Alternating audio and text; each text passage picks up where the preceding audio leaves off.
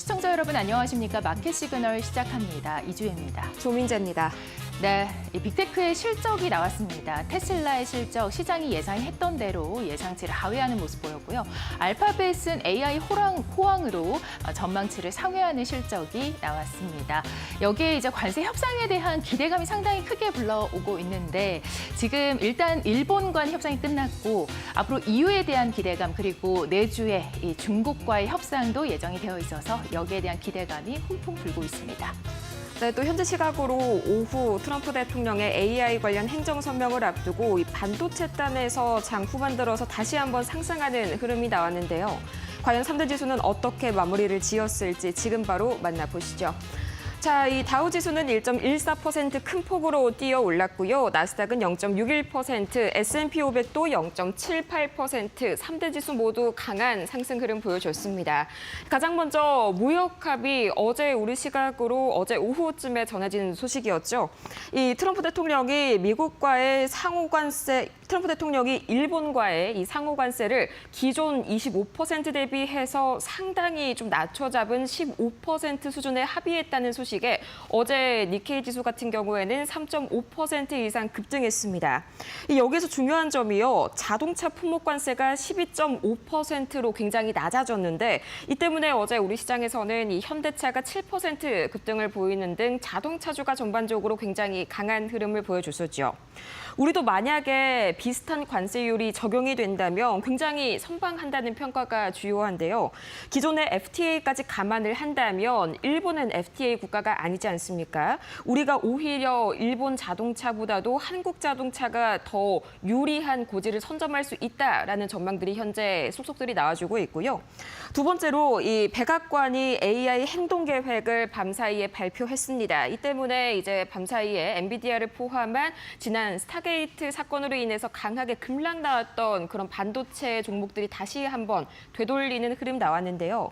오후에 서명을 할 것이다라고 이야기를 했는데 우리 시각으로 오전 6시에 시작되는 AI 서밋 행사에서 본격적으로 연설과 함께 이 서명이 이루어질 것으로 예상이 됩니다. 자, 이어서 다음 이슈 보도록 하겠습니다. 자, 과연 그렇다면 전반적으로 이 매기가 어떻게 돌았을지 한번 살펴보도록 할 텐데 이 장 막판 들어서 반도체 쪽에서 다시 한번 매기 빠져나오는 그런 모습이 좀 관측이 됐습니다. 가장 먼저 구글과 테슬라 보도록 할 텐데요. 잠시 후에 이어지는 화면에서 보다 자세한 이야기 만나보도록 하겠지만 우선 정규장 안에서는 테슬라는 1% 상승, 구글, 알파벳 같은 경우에는 0.5% 상승 나왔습니다. 이 시간의 거래에서 계속해서 좀 등락이 두 종목 모두 왔다 갔다 하는 그런 모습들이 포착이 되고 있는데요. 테슬라 같은 경우에는 기본적으로 전망치를 상당히 좀 하회하는 모습이 나와줬고요. 구글 같은 경우에는 이 예상치를 모두 상회하는 모습이 나왔습니다만 조금 아쉬운 부분이 모두 양 종목에서 나왔습니다. 잠시 후에 자세하게 보도록 할 거고요.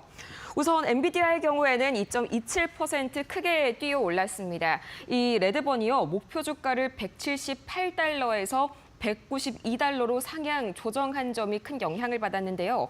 최근에 국부펀드에 대한 기약이 상당히 이 앞으로의 실적에 긍정적일 것이다라는 말을 남겼습니다.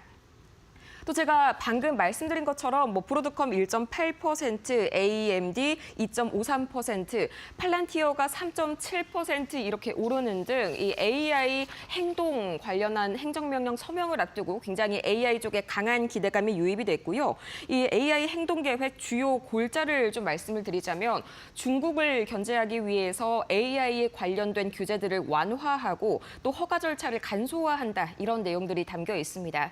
특히나 주목해야 할 점은요, 이 AI 데이터 센터의 운영에 반드시 필수적인 이런 전력망을 확충을 하겠다. 이로 인해서 원자력 발전소도 상당히 좀 밀어주겠다. 이런 내용들을 담고 있습니다. 잠시 후에 행정명령 서명이 이어지면 추가적인 내용 더 전해드리도록 할 거고요. 또 이어서 이 텍사스 인스트루먼트는요, 이상하게 13%가량 굉장히 강한 하락이 나왔습니다. 마찬가지로 2분기 실적 발표가 있었는데 2분기 실적 자체는 양호했습니다만 이 이 3분기 매출과 주당 순이익 모두가 이 가이던스를 예상치를 하회하는 모습 나왔고요. 이 마이크로소프트는 0.12%, 최근 쉐어포인트 해킹 사태로 이 핵무기를 관리하는 정부기관까지 피해를 입었다는 사실에 이 장중 내내 좀 약한 모습을 보였지만 여기에 대해서 미 정부가 큰 문제가 되지 않는다고 반박을 하자 반등하는 흐름 나왔고요. 이어서 메타 같은 경우에 1.24% 굉장히 크게 뛰어 올랐습니다. 이 손가락을 아주 약간 움직이는 것, 거의 튕기는 수준만으로도 컴퓨터를 제어할 수 있는 손목 밴드를 네이처즈에 공개를 했는데요. 이게 더 나아간다면 단순히 이 손가락을 움직여야겠다는 생각만으로 컴퓨터를 조절할 수 있다고 합니다. 이 때문에 강한 기대감 모아진 메타. 이어서 아마존도 0.36% 상승하는 흐름 보였는데요. 이 뱅크 오브 아메리카에서 목표가 상향 소식이 있었습니다. 248달러에서 265달러로 상향을 했고요. 그 이외에도 헬스케어 전반적으로 좋았습니다. 특히나 이 서모피셔 사이언티픽이 약 9%대 상승 보였는데 마찬가지로 실적 이슈가 있었습니다. 2분기 호실적에 또 연간 매출 가이던스를 상향 조정하는 점이 굉장히 크게 작용이 됐고요. 또 이어서 유틸리티의 경우에는요. 이상하게 전력주들이 좀 약한 모습 보였습니다. 특히나 넥스트라 에너지가 거의 6% 하락을 보였는데 이 실적 발표에서 2분기 매출이 67억 달러가 나왔습니다. 이 전망치가 72억 달러였다는 점을 생각을 해보자면 상당히 좀 부진한 그런 예상치를 하회하는 흐름이 나왔기 때문에 오늘은 강하게 흔들렸던 이 유틸리티 특히나 전력주들 이외에도 나머지는 뭐 산업재 쪽 굉장히 흐름 좋았고요. 마찬가지로 GE보노바가 2분기 호실적 발표하면서 거의 14%에 달하는 상승 보였습니다. 그럼 바로 이어서 오늘의 주인공이죠. 이 테슬라와 그리고 이어서 알파벳, 구글의 실적까지 한번 만나보시죠. 가장 먼저 알파벳입니다. 우선 보시다시피 25년도 그러니까 이번 분기에 이 매출과 주당 순이익이 모두 예상치를 상회했고요. 전년 대비해서도 이 매출 같은 경우에는 14%, 주당 순이익은 22% 현재 상승하는 그런 흐름이 나타났습니다. 또 이 클라우드 부문 매출이 상당히 좀 눈에 띄는데요. 여러 가지 매출 부문이 있지만요. 이 앞으로 알파벳의 미래 먹거리가 바로 클라우드라는 점을 감안을 했을 때 상당히 전년 대비해서 32% 상승했다는 점이 고무적입니다. 실제로 현재 시장의 반응을 시간의 거래 주가를 통해서 바로 한번 확인을 해보시죠. 자, 지금 이 시각 알파벳 주가 흐름입니다. 현재 시간의 거래에서는 약간 이 보합권에서 등락 거듭하는 그런 모습들이 나타나고 있는데요. 이 현재 1.66% 상승하게 되면서 시간의 거래에서 강한 흐름 보여주고 있습니다. 역시나 클라우드 쪽에 대한 기대감이 커진 영향으로 풀이가 되고요. 이어서 테슬라 보도록 하겠습니다. 자, 이 테슬라의 경우에는 계속해서 시간을 거래해서 왔다 갔다 하는 그런 모습들이 확인이 되고 있는데요. 시장이 예상한 것과 똑같습니다. 실제로 매출과 주당 순이익 계속해서 시장 예상치를 밑도는 흐름이 나타났고요. 전년 대비해서도 12% 그리고 23% 하락하는 좀 실망스러운 시장이 어느 정도는 예상을 한 흐름이 나타났습니다. 특히나 굉장히 좀 약간 크리티컬한 부분이요. 이 잉여 현금 흐름이 1억 4,600만 달러로 전년 동기 대비해서 89%가량 크게 하락하는 흐름이 나왔습니다. 자, 그런데 방금 보신 것처럼 현재 시간외에서 테슬라 주가 흐름 한번 살펴볼까요? 현재 생각보다 좋은 흐름 보여주고 있습니다. 0.35% 오히려 상승하는 흐름 나오고 있는데 이게 세 가지 이슈가 추가로 전해졌습니다. 우선은 네바다주에서 현재 로보택시 서비스 관련 첫 논의를 시작을 했다라는 소식이 전해졌고요. 또 사이버캡과 세미트럭이 2026년에 양산될 예정이다. 또 올해 하반기에 더 저렴한 차량을 양산하는 것을 목표로 하고 있다. 이런 소식들이 컨퍼런스 콜에서 계속해서 나와주고 있는데요. 잠시 후에 저희 컨퍼런스 콜에서 나오는 더 많은 이야기들 종합해서 살펴보도록 하겠습니다. 네, 그렇다면 간밤에 주목받았던 특징주들 살펴보도록 하겠습니다. 먼저 지금 실적을 앞두고 있었던 종목들부터 살펴볼 텐데요. 장 마감 이후에 실적이 나왔습니다. 일단 알파벳 같은 경우 0.31%로 장은 마감을 했는데 실적 보시면 전망치를 상회하는 실적이 나왔습니다. 매출이 전년 대비해서 14% 오른 것으로 집계가 됐고 964억 달러 수준으로 집계됐습니다. 시간 외에서 실적이 발표된 이후 이후에 1%의 상승을 보이고 있다는 점 한번 말씀을 드리고요. 장중에 하락하는 모습을 보였던 알파벳, 바로 그 배경에는 구글의 지배력이 약화될 것이다라는 우려가 여전히 존재하기 때문입니다. 영국의 규제 가능성이라고 제가 붙여보았는데요. 바로 영국의 경쟁시장청에서 구글과 애플에 대해서 앞으로는 감시를 꾸준히 할 수 있게끔 규제를 강화할 것으로 예상이 되고 있습니다. 이 부분도 사실상 구글에게는 부정적인 악재로 작용을 하고 있고 구글 알파벳 쪽에서는 이 부분에 대해서 이의를 제기한 것으로 보도가 되고 있습니다. 테슬라 보시면은요, 실적을 먼저 말씀드리겠습니다. 일단 실적이 시장이 예상을 했던 대로 역시 마찬가지로 예상치를 하회하는 실적이 발표가 됐습니다. 현재 강보합권에서 시간 외 거래에서 계속해서 가고 있고 장중에는 0.14%의 오름세를 보였는데요. 자율주행 운행에 대한 확대라는 모멘텀이 여전히 살아있고 또 월가의 분석이 엇갈리긴 하지만 사실상 긍정적인 분석도 존재합니다.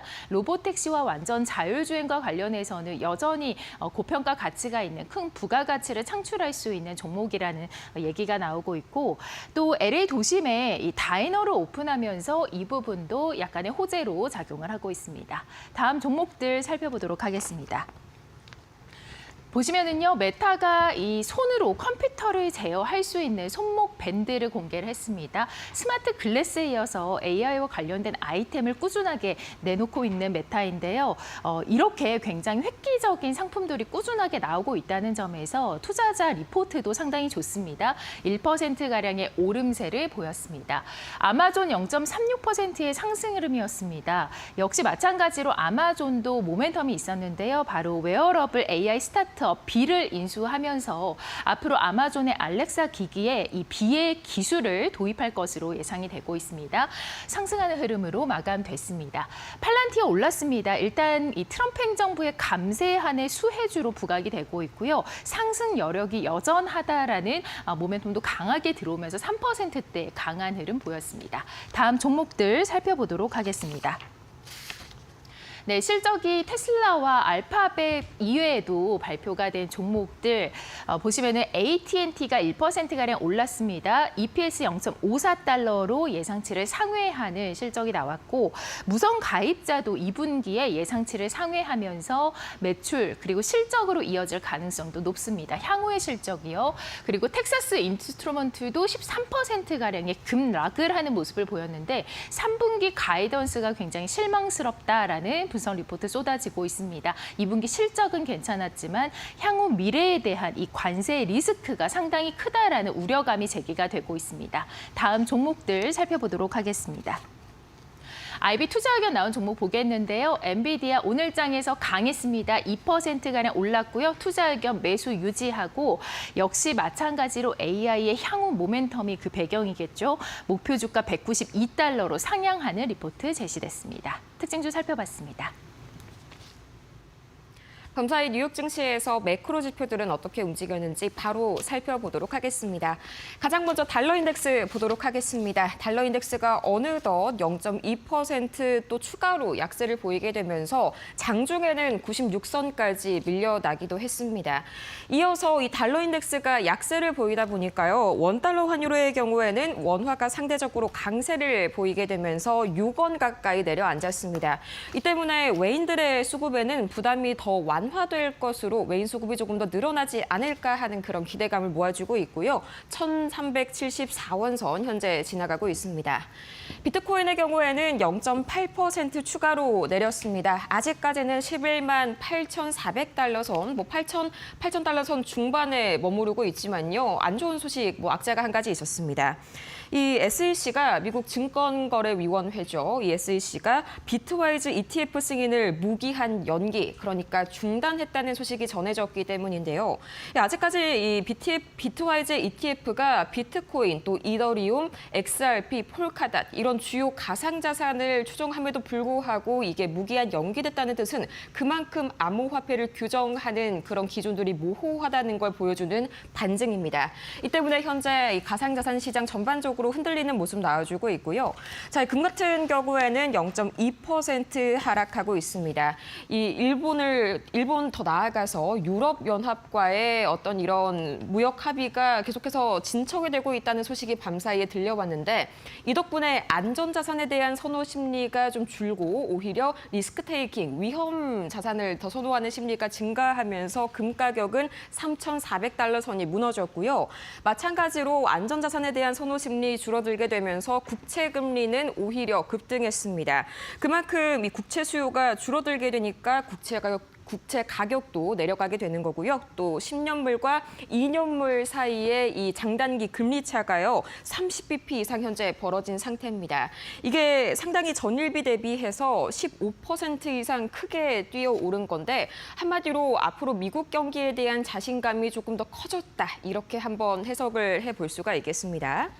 경제 지표를 보자면요. 우선 원유 재고 같은 경우에는 예상치 대비해서는 좀 많이 줄어든 것으로 나타났지만 이 유가에는 큰 영향을 미치지는 않았습니다. 이어서 백악관 대변인의 언론 브리핑이 우리 시각으로 새벽 2시에 있었는데요. 여기에서는 일본과의 무역 합의를 시작으로 해서 더 많은 협정이 있을 것이다라고 밝혔습니다. 실제로 밤사이에 유럽연합과의 이런 마찬가지로 상호 관세도 15% 수준으로 대폭 낮아질 것이다. 백악관이 아직 공식적으로 이걸 인정한 바는 없지만요. 그래도 전반적으로 유럽연합도 마찬가지로 그간의 타코 트레이드와 같이 관세가 낮아질 것이라는 것에 시장이 현재 베팅하고 있는 매크로 흐름입니다. 지금까지 매크로 흐름 살펴봤습니다. 네, 지금부터 이 전화 연결 통해서 간밤 미증시 이슈와 또 상황들 짚어보도록 하겠습니다. 네, 오늘은 김장열 유니스토리 자산운용본부장님과 함께하겠습니다. 나와주셨을까요? 네, 안녕하세요. 네, 안녕하세요. 자, 간밤에 이 미 증시 빅테크 실적 기대를 앞두고 흐름이 계속해서 움직이는 모습이었는데 알파벳과 테슬라 발표가 됐고 또 여기에다가 미국, 일본과 15% 관세 협상을 했고 EU도 이 수준으로 협상이 재개가 될 것으로 예상되고 있습니다. 이 관세 협상 낙관론이 미 증시에 앞으로 어떻게 작용할지 계속해서 상승세를 유지할 수 있을지 궁금해지는데요. 어떻게 보고 계실까요? 네, 당연히 이제 관세상이 확보가 됐든 뭐가 됐든 마무리됐다. 긍정적으로 볼 수 있는 거고요. 그것이 어제 오늘 계속 긍정적인 반응을 보이고 있는 것이라고 볼 수 있겠습니다. 특히 오늘 같은 경우는 어저께도 마찬가지긴 하지만 다우 쪽에서 큰 종목들, 섹터라든지 나라를 대표하는 종목들이 좀 강세를 보인 것이 그러한 면을 좀 반증한다고 볼 수 있겠고요. AI는 AI대로도 다른 뉴스가 있으니까 별도로 얘기를 해야 되겠습니다만은 다우존스의 대표적인 거, 그다음 자동차 주식. 어저께 뭐 한국이나 아시아, 일본에 엄청나게 자동차 주식에서 강세를 보였는데 그럼에도 불구하고 그 경쟁자일 수 있는 미국의 자동차 주식 역시 강세를 보였기 때문에 오늘 그 EU하고의 관계 그런 것이 예정대로 아니 예상대로 흘러간다면은 지금 상승 자체가 정당화되겠죠. 네, 그렇다고 하면 이 실적, 빅테크의 실적에 대한 굉장한 기대감이 있었는데 사실 이제 테슬라 쪽에서는 예상치를 하회하는 실적 사실은 예상을 했지 않습니까? 테슬라 실적 부진 전망 꾸준히 나왔고 또 분석도 상당히 부정적인 분석들이 많았습니다. 지금 이제 발표된 매출을 보니까 225억 달러 그리고 EPS 0.40달러 수준인 것으로 집계가 되고 있고 또 알파벳은 매출이 현재 보시면 964억 달러 수준으로 전년 대비해서 14% 증가하기도 했습니다. 그러나 종가 기준으로 봤을 때는 주가가 좀 향방이 실적 결과는 좀 다른 방향으로 가지 않았습니까? 시장의 평가는 어떻게 보고 있을까요? 일단은 전체적으로 알파벳 자체 실적은 나쁘지 않았어요. 예. 예상보다 한 2-3% 좋았고요, 매출이. 영업이 순이 EPS 기준으로 한 6% 더 좋았으니까 괜찮았고, 일단 자신감을 비친 거는 클라우드 쪽하고 관련돼서 또 캐펙스죠. 클라우드 매출이 부문별로 전체 매출 급여 아까 60억 달러 중에서 20%가 좀 안 되긴 합니다만 136억 불을 했는데 이게 전년 동기 대비 30% 이상, 32% 상승을 했고 특히나 클라우드 부문의 매출이 30% 이상 성장한 거 플러스 영업이익이 많이 올랐어요. 클라우드 부문의 영업이익이 작년 동기 대비했을 때 2배 이상, 2.4배로 올렸거든요. 그러니까 마진 기준으로는 한 21% 되니까 매출 성장률보다도 더 클라우드 쪽의 마진 기여가 높았다라는 거죠. 이것을 반영해서일 수도 있는데 전체적으로 캐펙스 투자에 대해서 더 올렸거든요. 원래 시장에서나 아니면 그쪽에서 예상했던 것이 한 750억 달러 정도 된 것 같은데, 근데 올해 전체요. 850억 달러로 높였어요. 2분기 실제 캐펙스도 225억 달러로 전년 대비 70% 올라서 캐펙스의 자신감 내지는 그 필요성에 대해서 다시 한번 강조했다라고 보여집니다. 한마디로 클라우드 업, 마진 업, 캐펙스 상향. 그것이 수익이 들어가면서 아마 아까 그 시간에서 마이너스로 하다가 플러스로 돌려진 거 반전한 것이 그거 아니겠다는 게 이 알파벳에 대한 얘기입니다.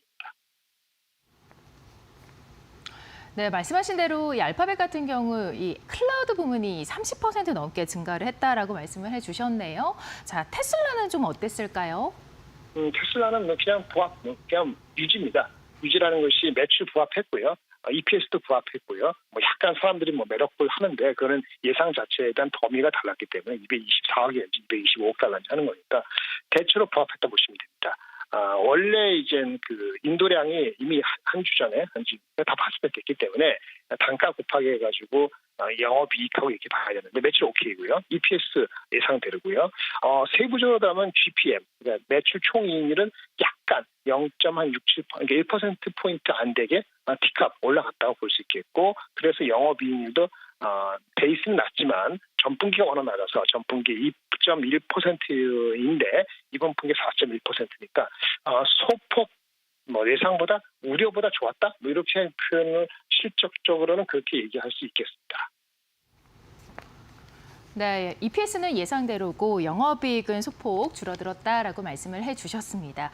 자, 지금 그러면 이제 빅테크 실적도 나왔고 관세 협상 낙관론도 제기가 되고 있는데 이런 부분들이 이제 국내 증시에는 어떤 영향을 미칠지 궁금하거든요. 투자 전략 어떻게 보고 계실까요? 네, 그 전체적으로 우리나라도 이제 일본이라든지 루머에 의하면 이런 식의 관세 협상과 비슷한 기조로 한국도 영향을 받는다면은 지금 상승세 자체가 반대로 바로 갈 가능성은 희박해 보입니다. 이제 그렇고요. 다만 품목 관세 자동차가 이제 일본만큼 나와야 되잖아요. 근데 유럽도 그렇게 해주면 15% 갈 수 있겠죠. 낙관에 사람들이 베팅하는 정도에 따라 달라질 것 같아요. 그래서 관세 비슷하게 나와야 된다. 그 다음에 반도체가 약간의 잡음이 있었습니다만은 그래도 오늘 캐펙스 투자에 대한 그런 코멘트를 긍정적으로 받아들인다면은 크게 흔들리지 않을 것이고 그러면 결국 상법 개정에 대한 약간의 노이즈 내지는 속도에 대한 어떤 약간의 세제에 대한 이견들이 표출되기도 했었는데 그거가 마무리되거나 어떻게 좀 봉합되느냐 이런 것들이 관전 포인트가 될 것 같습니다. 네, 국내 증시 역시나 이제 미국 증시의 영향을 받아서 또 관세는 일본과 15%가 됐기 때문에 EU도 그리고 우리나라도 비슷한 수준으로 합의가 될 것이다라고 얘기를 좀 해주신 것 같습니다. 자, 지금까지 이 김장률 유니스토리 자산운용 본부장님과 이야기 나눠봤습니다. 도움 말씀 고맙습니다. 네, 감사합니다. 네, 이 시장이 상당히 기분 좋게 마무리가 됐는데 시장의 움직임이 계속해서 키워가는 종목들 포착이 되고 있습니다. 시장의 주요 이슈들 이 머스노5에서 잠시 후에 알아보도록 하고요. 현장 연결, 전화 연결 지금 여기서 마무리하도록 하겠습니다.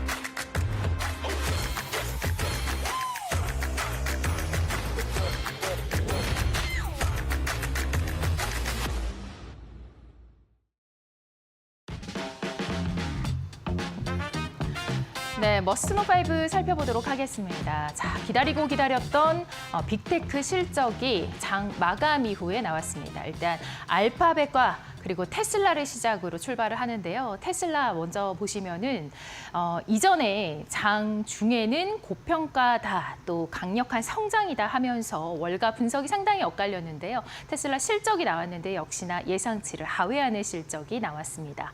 테슬라 지금 보시면은요, 매출 전년 대비해서 12% 감소했습니다. EPS도 23%가량 감소하는 모습을 보였고요. 총 마진율 지금 보시면 71bp 내렸고, 잉여 현금도 마찬가지로 89%가량 하락하는 모습이 나타났습니다. 월가는 이 테슬라를 두고 다양한 분석을 내놓았었는데요.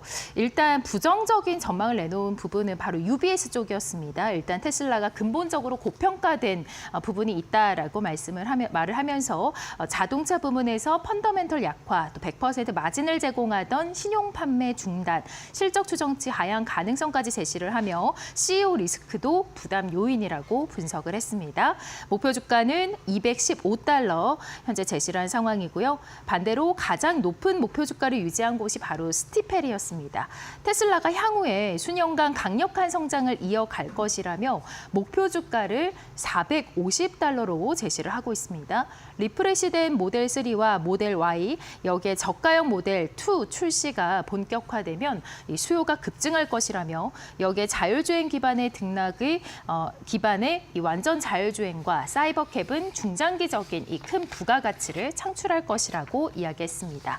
바클레이즈는 테슬라에 대해서 기초 체력이 약하지만 로보택시 관련 서사가 강화되면 주가가 반등할 가능성이 있다라고 내다보면서 향후 저가 모델 출시 일정이 지연될 가능성이 있는 만큼 내년에 차량 인도량은 감소할 수도 있다라고 우려감을 제시하기도 했습니다. 도이체방크에서는 테슬라의 차세대 모델 Q에 주목을 하기도 했고요. 투자 의견은 그대로 유지하면서 목표 주가는 345달러를 제시를 했습니다. 테슬라는 지금 로보택시 확장을 위해서 계속해서 계획을 이어나가고 있습니다. 네바다주에서 자율주행차 운행을 시작하기 위해 주 정부 관계자들과 초기 협상까지 진행하고 있는 것으로 파악이 되고 있고요. 블룸버그 통신에서는 이 네바다주 차량국 대변인의 성명에 따라서 지난주에 진행된 회담에는 네바다주 주지사 조 롬바르도의 사무실과 또 네바다주 차량국 대표들이 참석해서 이 같은 사안에 대해서 논의를 했다라고 전했습니다. 다만 관련 대변인은 아직까지 초기 소통을 넘어서는 논의는 혹은 발표는 아직까지 진행되지 않았다라고 밝혔습니다. 네, 간밤 미증시를 움직였던 또 다른 요인이 바로 이 관세 협상 낙관론이었는데요. 일본과는 관세 협상을 타결했습니다. 15% 그동안 굉장히 난항을 겪었던 부분이기 때문에 15% 협상 타결이라는 소식이 굉장히 기분 좋은 소식이었고요. 또한 이 같은 수준에서 EU와 또 우리나라까지 협상을 할 가능성이 있다라는 분석 또한 제시가 되고 있습니다. 도널드 트럼프 미국 대통령은 이 현지 시간 22일 일본과의 무역 협상이 완료됐다고 발표했습니다. 미국의 일본에 대한 관세는 15%라고 설명했습니다. 미국이 기존에 예고했던 25%에서 10%포인트 낮아진 수준이고요.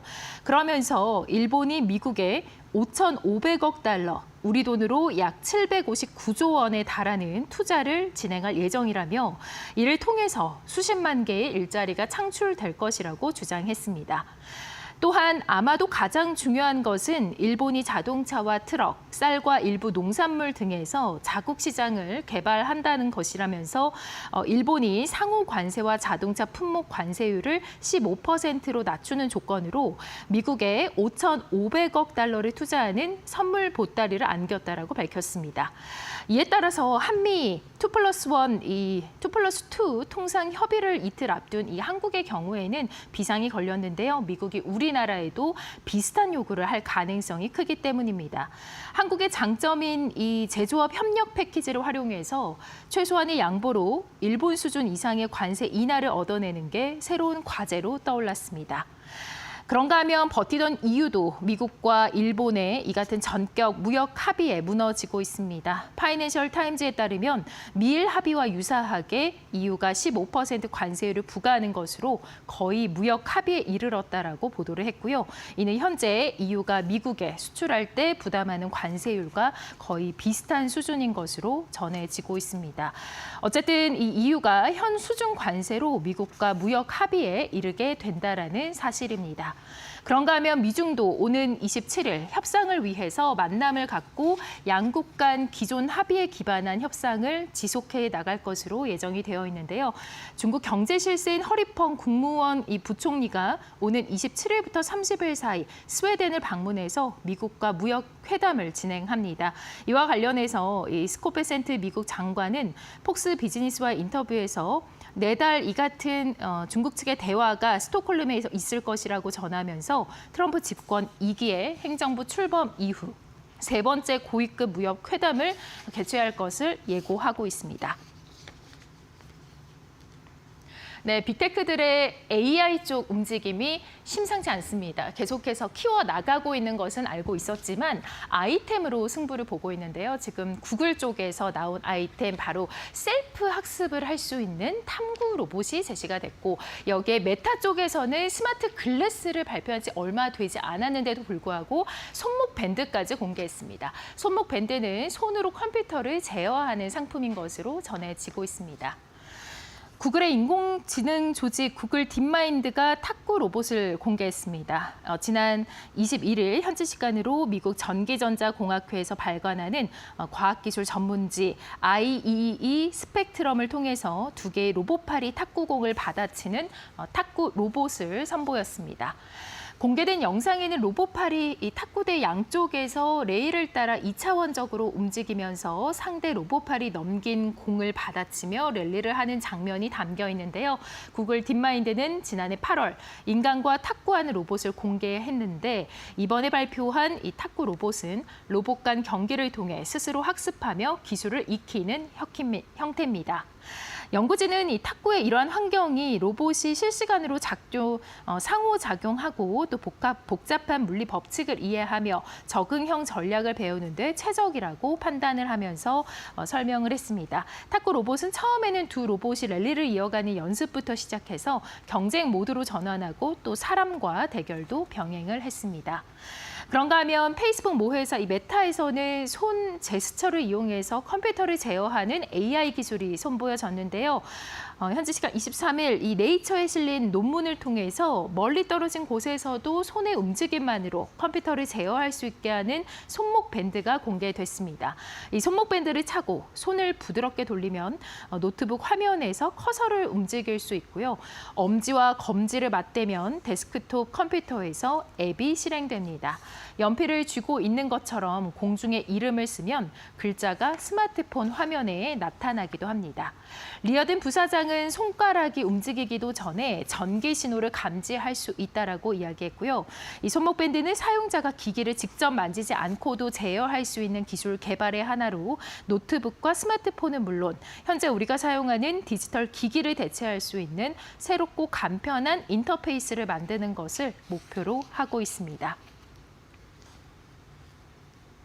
네, 그런가 하면 아마존도 마찬가지입니다. 아마존은 이제 AI 웨어러블 기기 업체를 B라고 불리는 업체인데요. 이 업체를 인수를 하면서 AI의 총력을 가하는 모습을 나타내고 있습니다. 아마존의 알렉사 기기에 이제 이 업체에서 제공하고 있는 기술이 도입될 것으로 예상되고 있습니다. 아마존이 AI 탑재 웨어러블 제품을 만드는 스타트업 B를 인수했습니다. 인수는 바로 AI 어시스턴트를 개발하는 스타트업 B인데요. 샌프란시스코에 본사를 둔 이 스타트업의 공동 창업자 마리아 데 루르데스 졸로는 자신이 쓴 짧은 링크드인 포스트에서 이번 인수를 공식적으로 알렸습니다. 그러면서 놀라운 팀과 커뮤니티와 함께한 꿈이 이제 아마존이라는 새 보금자리를 찾았다고 적었습니다. B가 만든 파이어니어 이 블레이슬릿은 착용자의 활동을 기록하고 이를 자동으로 텍스트로 변환해서 할 일 목록을 작성하거나 대화를 요약하는 장치인데요. 회사는 공식 명칭 블루시를 2022년에 설립됐으며 피치북이 제공한 자료에 따르면 약 850만 달러의 투자금을 유치했습니다. 알렉산드러 밀러 아마존 대변인은 인수 조건의 일환으로 비의 모든 직원이 아마존에 합류하는 오퍼를 받았다라고 밝혔습니다. 하지만 거래 금액을 공개하진 않았고 아직 인수가 완료되진 않았다라고 덧붙였는데요. 밀러는 비는 고객이 기기를 더 잘 통제할 수 있도록 노력해 왔다라고 전하면서 우리는 고객의 프라이버시와 보안을 보호하고 경험을 스스로 쉽게 제어할 수 있도록 제품을 설계해 왔다. 이러한 접근법은 비에도 당연히 적용이 될 것이다라고 말했습니다. 네, 오늘 새벽 기준으로 이 비트코인의 흐름 괜찮습니다만 알트코인이 크게 떨어지고 있습니다. 오전 4시경 기준으로 리플이 8% 넘게 급락을 보였고요. 덩달아서 솔라나나 이더리움도 하락하는 모습이 나타났습니다. 바로 유동성이 부족한 탓으로 분석이 되고 있고요. 알트코인에서 대규모 청산이 발생한 것도 원인이 되고 있습니다. 비트코인은 1%대 하락을 보이는 가운데 리플이 9% 가까이 급락하는 등 알트코인이 일제히 급락을 했는데요. 오전 이 4시 10분경 글로벌 코인 시황 중개 사이트인 코인마켓맵에서 비트코인은 24시간 전보다도 1%가량 하락하며 11만 8,406달러를 기록했습니다. 시총 2위인 이더리움은 3% 가까이 하락했고요. 리플은 8.8%의 급락을 보였습니다. 이뿐만이 아니라 시총 6위 솔라나는 6%, 또 도지코인이 8%, 카르다노는 7%대, 스텔라는 8%대의 급락을 보였습니다. 약 2억 달러 가량의 알트코인이 청산이 됐기 때문으로 분석이 되고 있는데요. 암호화폐 전문 매체는 코인데스크에 따르면 이 중 4,300만 달러는 이더리움 시장에서 3,200만 달러는 리플 시장에서 각각 청산이 됐습니다. 이는 비트코인에 비해서 알트코인의 유동성이 부족했기 때문으로 분석이 되고 있고요. 최근 비트코인 이 급등에 이어서 알트코인도 랠리해 알트코인 시즌이 돌아왔다라는 기대가 존재를 했는데요. 알트코인 시즌 도래는 아직까지 멀어 보인다라고 코인데스크는 전망했습니다. 그런가 하면 SEC에서 코인 ETF와 관련한 승인을 취소했다라는 루머가 돌면서 이 부분도 영향을 주었습니다. 네, 지금까지 머스노5 살펴봤습니다.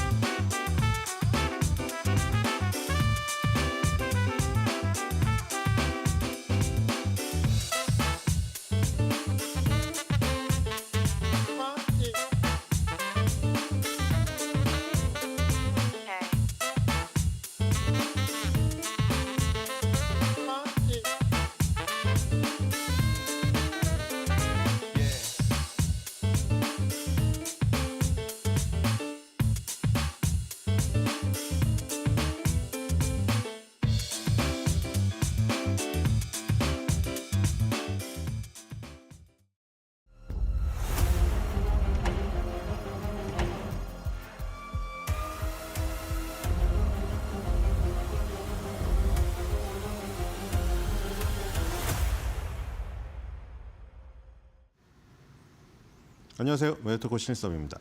오늘의 주제는 트럼프, 하워드는 계속 상무장관 해야 돼. 첫 번째로 보겠습니다. 자, 트럼프가 공화당 하원에 6개월 동안의 놀라운 성과를 축하하는 자리를 가졌습니다. 자, 하원이 결정적인 역할을 하고 있는 것들이 사실이죠. 대규모 감세 법안 통과 때도 이 그 세법은 하원에서 출발해야 되기 때문에 다른 법 같은 경우에는 상원에서 발의가 돼서 하원으로 가는 경우도 있습니다. 세법은 하원, 상원, 하원 이렇게 거쳐야 되기 때문에 이 지금 이번에 그 타이브레이커가 또 나와서 지금 하원에서 2번 표결이 이루어졌죠. 그래서 하원 의장의 역할이 상당히 중요했습니다. 왜냐하면 지금 아주 근소한 우위를 지키고 있었기 때문에 제가 옛날에 스파이더맨 주인공 닮았다는 그 안경 쓴 귀여우신 분 있죠. 존슨 하원 의장이 굉장히 설득을 많이 했습니다. 트럼프도 공화당 의원들에게 압박을 가하고, 그렇죠. 내년 중간선거 때 다른 사람 지지하겠다, 혹은 뭐 전화해서 회유를 한다던가 이렇게 했지만 결국 하원 의장이 굉장히 큰 역할을 한 것이 사실이죠. 그래서 대규모 감세 법안이 하원에서 통과돼서 상원으로 올라갔고 50대 50에서 벤스 부통령이 지금 한 표를 행사하여 다시 하원으로 가서 하원에서 다시 또 결과적으로 통과가 되었죠. 그래서 결국 트럼프가 원하는 대로 미국의 독립기념일 249주년에 사인을 하고 불꽃놀이를 할 수 있었던 것입니다. 만약 그게 안 됐다면 어떤 식으로 흘러갔을지, 또 트럼프가 노발대발했겠죠. 그러면서 불꽃놀이고 뭐고 다 취소해 이랬을 것 같다는 생각이 듭니다. 자신의 업적을 기리기 위해서 항상 역사적인 기일을 맞추어서 진행되는 것을 원하는 사람이기 때문에 그런 것이 한치의 핀트가 벗어나게 되면은 정말 싫어하는 사람입니다. 그래서 어쨌든 간에 굉장히 트럼프 입장에서는 좋게 지금 결과가 나와서 다행이고요. 그래서 이제 6개월, 어느덧 6개월이 흘렀네요. 지금 트럼프 임기는 5년 단임제가 아니라 4년 중임제이기 때문에 2번째죠. 그러니까 이제 벌써 이제 3년 6개월 정도밖에 남지가 않았어요. 뭐 트럼프가 뭐 우스갯소리로는 자기가 삼성 개헌을 해서라도 자기가 대통령 하는 것을 원하는 국민이 많다 이렇게 하지만, 사실 뭐 파월 의장을 건드리는 것까지는 그렇다고 치더라도 삼선 개헌 이거는 정말 선을 넘은 일이죠.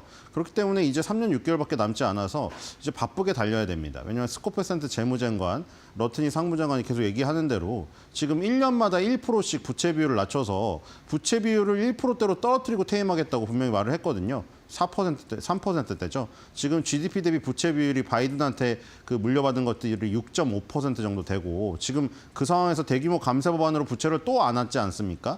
그래서 그 부채 비율을 1%씩 떨어뜨려야 되는데 지금 3년 6개월밖에 안 남았기 때문에, 그렇죠? 이번 연도 반이 지났으니까 지금 0.5% 떨어뜨려야 되고, 이번 연도 남은 6개월 동안 또 0.5% 떨어뜨려야 됩니다. 그래서 지금 이제 굉장히 중요한 지금 순간들이 지나가고 있는 것이죠. 어쨌든 간에 6개월의 지금 흐름은 굉장히 빠르게 진행이 되고 있습니다. 왜냐하면 지금 사실 뭐 다른 거를 가정하는 것들은 지금 이 세상에서 없습니다만, 지금 사실 트럼프가 아니었으면 이렇게 강력하게 했을 수 있나 싶어요.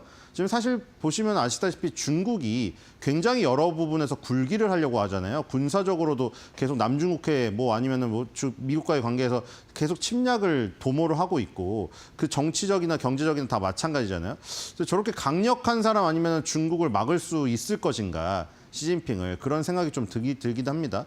자, 그리고 여기서 이 자리에서, 그러니까 이 자리가 이제 이런 걸 발표하는 자리 아니었고요. 공화당 하원을 축하하는 자리였습니다. 그래서 공화당 하원의 그동안 6개월의 성과에 대해서 굉장히 축하를 하고, 그다음에 한 명씩 지명해서 러트니 상무장관 수고했습니다. 스콧 베센트 장관 수고했습니다. 그다음에 옛날에 WW에서 자기 스테파니 딸하고 뺨을 때리는 그걸 연출을 하기도 했었던 린다 맥만, 지금 교육부 장관이죠. 하버드에 대해서 강력하게 잘 대응하고 있다, 이렇게 칭찬하는 자리에서 이제 일본과의 그 뒤에 알래스카 LNG 관련 합작 투자, 이걸 이 자리에서 발표를 한 겁니다. 그래서 알래스카에서 LNG 관련 협약을 맺었다고 하면서 조인트 벤처를 설립한다, 이 얘기 했었고, 그다음에 이제 이게 사실 굉장히 큰 건입니다. 일본이. 이게 어떤 나라별로 따지자면 지금 영국, 그다음에 지금 또 몇몇 있었죠. 인도네시아까지 있었고, 그전에 태국이 있었죠. 태국, 인도네시아 있었고, 일본까지 왔는데, 사실은 보시면은 영국은 지금 벌써 예를 들어 며칠 전에 아스트라제네카 있죠. 영국의 대표적인 제약기업. 막대한 투자를 발표했죠. 그러니까 영국은 아시다시피 같은 뿌리예요. 미국이 거기서 독립을 한 거잖아요. 그러니까 초우방국입니다. 초우방국. 그리고 EU에서도 탈퇴했잖아요. 그러니까 영국은 그냥 미국이랑 같은 편이라고 치고, 그 다음에 나온 게 지금 태국, 인도네시아, 어떻게 보면 이게 중진국, 개발도상국밖에 없었단 말입니다.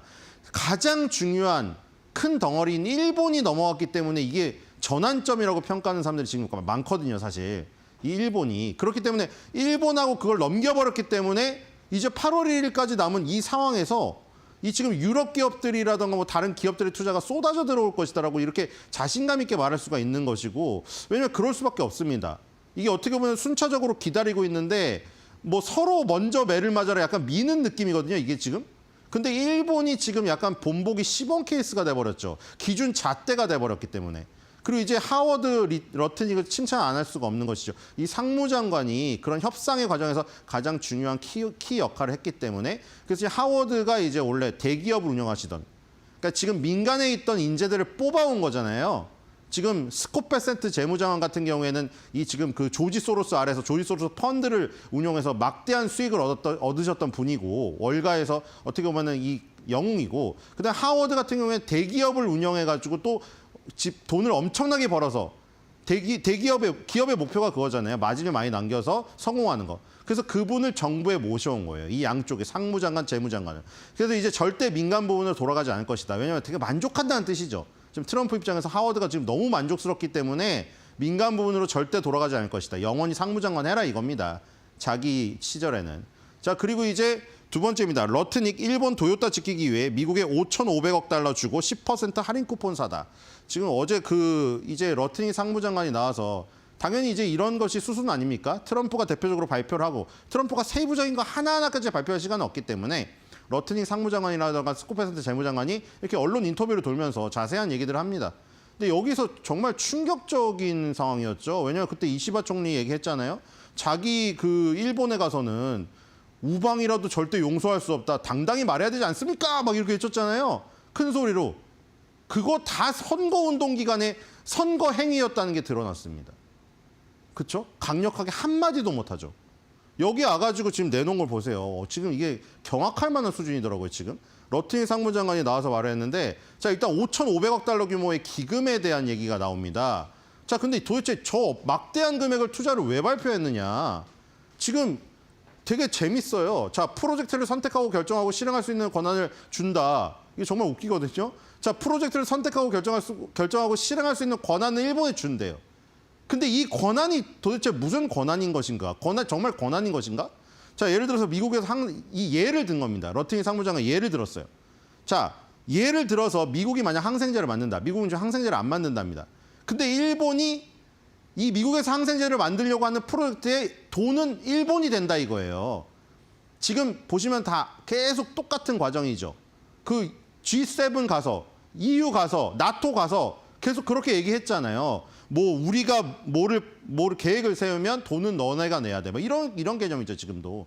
나토한테도 그런 거 아니에요? 우크라이나 전쟁, 우크라이나에다가 우리가 패트리어트 미사일을 제공을 할 건데 그 돈은 나토에서 대라, EU에서 대라, 뭐 이런 식이거든요. 이것도 똑같습니다. 미국에서 만약 이게 미국에서입니다, 무조건. 처음이 미국에서예요. 왜냐하면 지금 미국에서 모든 것을 만들고 소비하고 이거잖아요. 공장을 다 미국으로 가라 이거죠. 미국에다 공장을 세워서, 그러니까 일본 회사인데 미국에다 공장을 세워서 항생제를 만들려고 할 때 돈은 당연히 다 일본이 되는 것이고, 근데 여기서 충격적입니다. 자기도 멋쩍은 듯이 웃고 있는데 이 말이 안 되는 거거든요. 자, 이익의 90%는 누가 갈까요?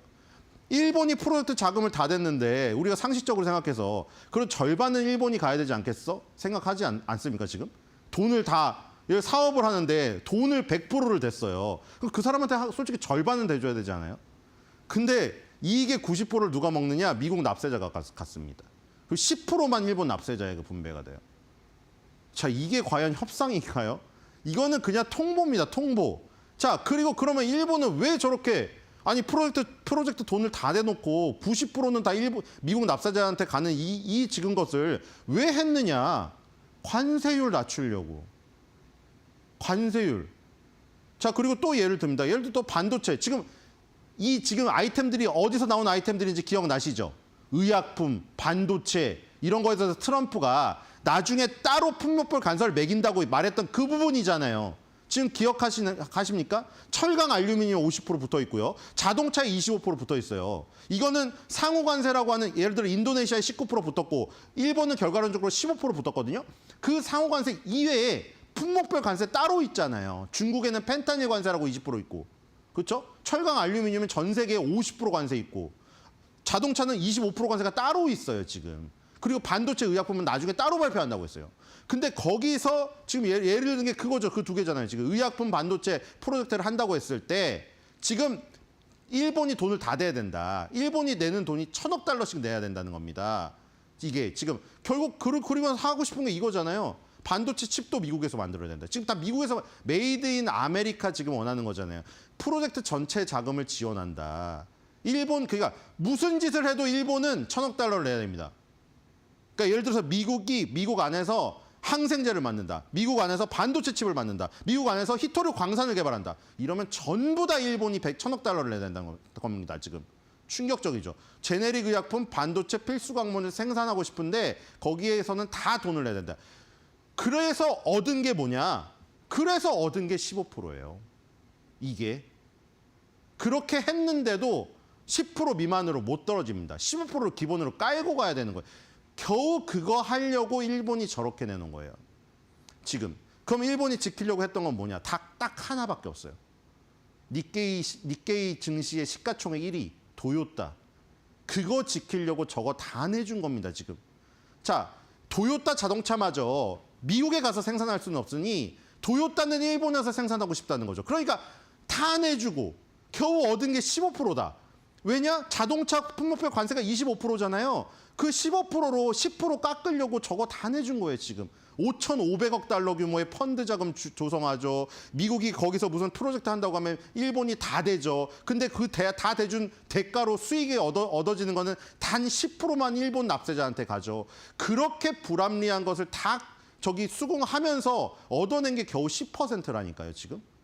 그 10%가 뭐 클 수도 있는데 정말 일본 입장에서는 굴욕적입니다. 자, 그리고 이제 그 뒤를 얘기하고 있죠. 자, 유럽 25%, 한국 20%. 지금 품목별 관세, 자동차 얘기하는 거예요. 자동차 품목별 관세가 유럽은 25%, 한국은 25% 내니 일본 너네는 도요타 지키기 위해서 10% 깎아줘서 15%. 야, 이것만 해도 너네는 감지덕지 해야 돼 이겁니다, 지금. 결과론적으로. 그리고 유럽하고 한국에 할 말이 생겨버린 거죠, 이제.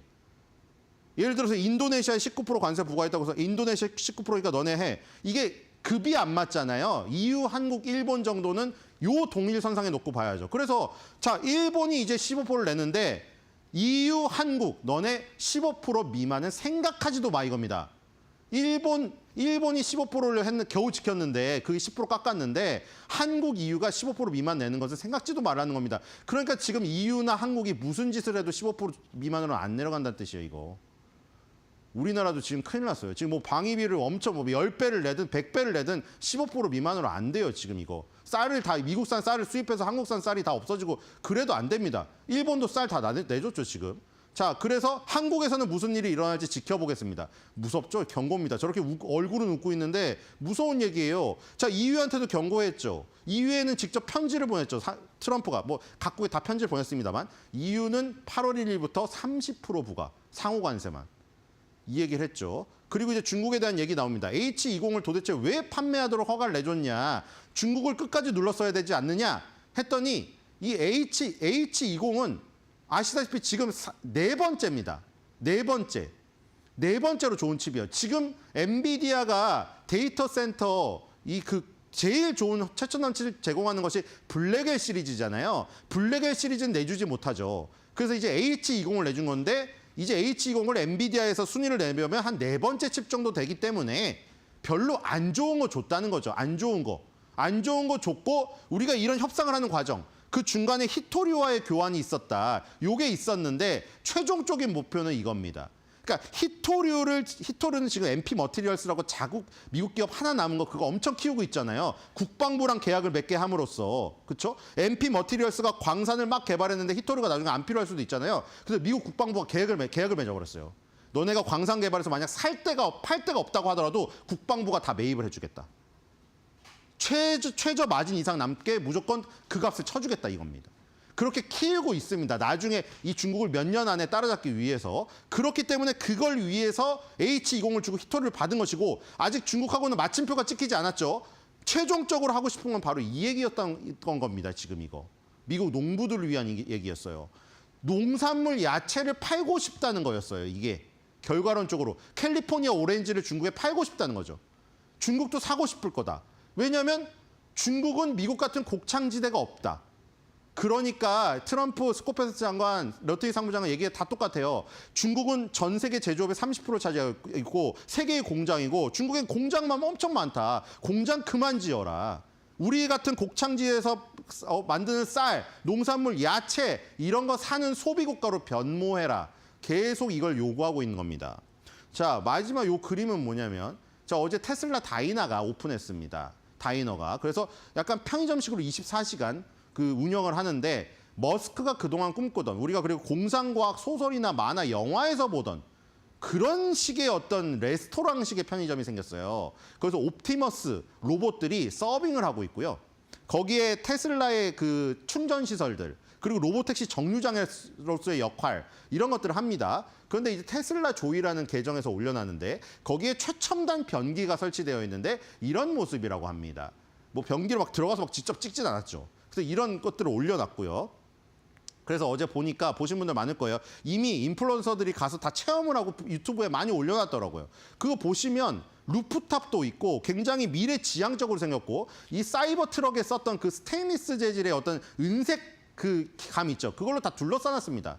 자, 그러니까 테슬라의 앨런 머스크는 이렇게 아이디어도 많고 한데 정치적인 행위나 발언만 안 하면 테슬라는 굉장히 좋다는 것이죠. 자, 그래서 어제 봤더니 옵티머스들이 진짜 팝콘을 튀겨주고 그릇을 나르고 있더라고요.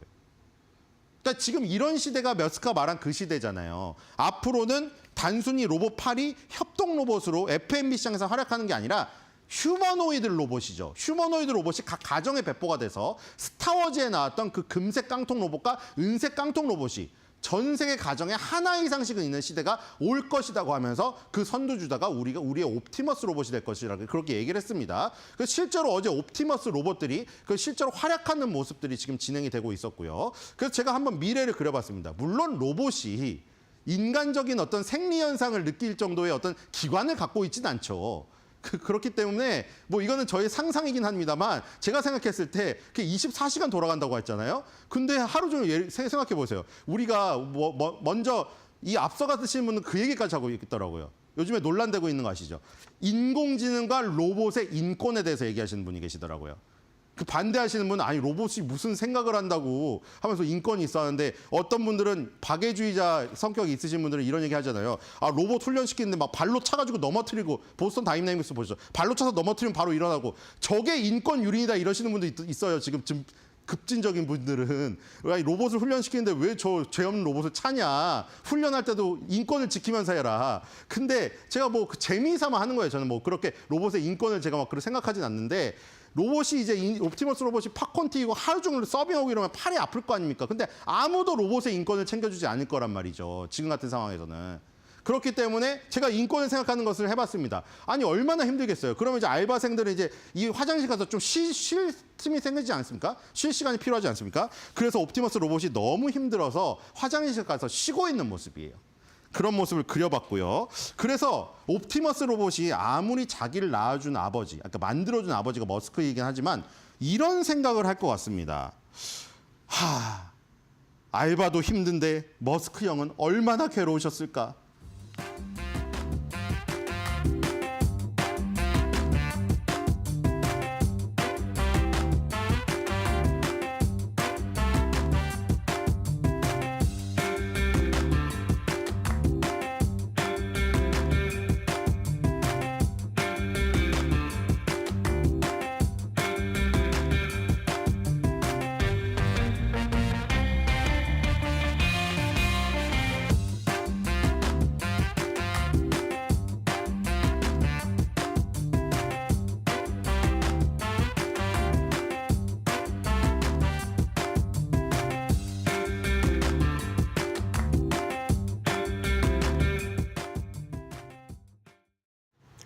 밤사이 드디어 이 빅테크들의 실적 발표가 속속들이 이어지고 있는 가운데 과연 컨퍼런스 콜에서는 어떤 이야기들이 나왔을지 저와 함께 차근차근 살펴보시죠.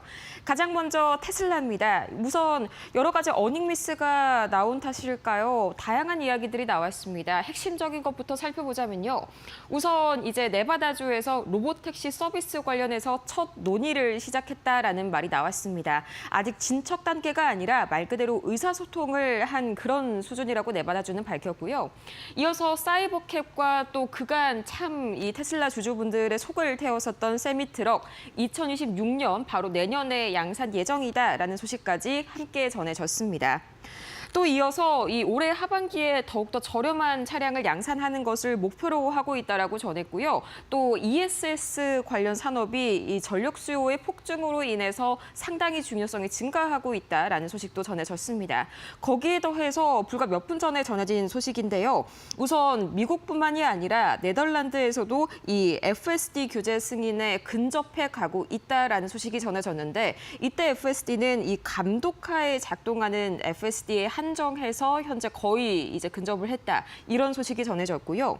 또 굉장히 재미있는 말이 나왔습니다. 이 머스크 CEO가요. 올해 말까지 미국 인구의 절반에서 이 자율주행 차량 호출 서비스 도입 가능성이 충분히 있다라고 밝혔습니다.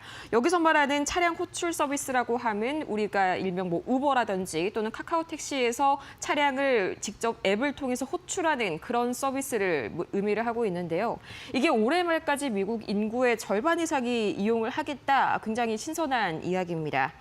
그럼에도 불구하고 현재 테슬라의 이 시간외에서의 주가는 굉장히 다시 한번 하락하는 흐름이 나오고 있습니다. 장 마감 이후로 이런 소식들이 나오면서 약간은 좀 등락하는 그런 모습들이 나왔는데 결과적으로는 어닝미스에 비해서는 컴콜에서의 내용이 약간은 좀 빈약하다라는 게 현재까지로서의 여론이고요. 특히나 잉여 현금 흐름, free cash flow죠. 이게 전년 대비해서 89%나 하락을 한 게 이미 예견을 했던 어닝 미스 중에서도 특히나 굉장히 좀 악화가 됐다. 이런 평가를 받게 되면서 현재 테슬라 시간외 거래에서 2%대 하락 보이고 있습니다. 이어서 알파벳, 구글도 보도록 하겠습니다. 이 컨퍼런스 콜 이야기가 테슬라에 비해서 조금 더 일찍 나왔습니다. 우선 보자면 이 알파벳 같은 경우에는 처음에 실적이 발표가 되자마자 시간외에서 살짝은 하락하는 흐름이 나왔다가 지금 다시 2%대 강하게 반등하는 그런 흐름이 나오고 있는데요. 그 반등하게 된 계기가 바로 컨퍼런스 콜에서 해명이 충분히 됐기 때문입니다. 어떤 해명이냐면요. 우선 이 자본 지출 확대가 상당히 좀 눈에 띄었습니다. 이제 알파벳 CEO가 올해 자본 지출을 기존의 750억 달러에서 850억 달러로 늘릴 것이다. 이렇게 얘기를 하면서 시간외에서 초반에 하락이 나온 건데요. 이게 사실 클라우드 고객 수요를 충족하기 위해서는 필수적인 요소다라고 이후에 바로 해명을 이어갔고요. 또 다가오는 2026년 내년에도 마찬가지로 이 설비 투자 KPX 비용이 추가적으로 더 예상치보다도 증가할 것이다라고 밝혔습니다. 또 거기에 오픈 AI를 약간 의식하는 그런 발언까지 이어졌는데요. 이 제미나이 앱의 월간 활성 사용자 수가 4억 5천만 명에 달한다면서 이 AI 검색 엔진으로서의 경쟁력도 충분히 갖추고 있다라고 밝혔습니다. 자, 참고로 구글 클라우드가 사실상 현재까지의 이 구글의 상승세를 이어온 주요 동인인데요. 이 지난 매출과 또 영업이익을 보자면 2023년부터 구글은 이제 매출 그리고 영업이익 같은 경우에는 2023년부터 흑자로 전환을 하게 됩니다. 그 흑자 전환의 주요 원인이 바로 이 클라우드 성장이다라고 보시면 되겠고요. 이어서 거기에 더해서 새벽 6시였습니다. 우리 시각으로요. AI 서밋 관련해서 트럼프 대통령의 발언들도 이어졌습니다. 자, 우선 트럼프 대통령이 AI 서밋 이 현재 당시에 이 불과 몇 분 전에 전해진 이 현장 사진입니다. 여기에서 두 가지를 강조를 했고요. 또 무역 관련된 이슈도 한 가지가 있었는데요. 가장 먼저 AI 관련해서는 안전보다는 개발 지원에 중점을 두겠다. 그리고 그 이유는 바로 AI 성장에 있어서 중국의 성장을 따돌리기 위해서다라면서 대놓고 좀 중국을 견제하는 발언을 이어갔고요. 또 데이터 센터 전력을 확보하기 위해서 절차는 더욱 간소화하고 환경 규제는 더욱더 낮출 것이다. 원자력 발전소 그리고 지열 발전소에 대한 투자를 늘릴 것이다라는 발언도 이어갔고요. 또 관세에 대한 얘기도 AI 서밋이지만 나왔습니다. 일부 국가들에 대해서 15%에서 50% 수준의 관세를 부과할 것이다라고 하면서 관세 측면에 있어서는 아직까지는 긴장의 끈을 늦추지는 말라는 그런 의미의 발언을 이어갔습니다. 이렇게 해서 세 가지 이슈 만나보고 왔습니다.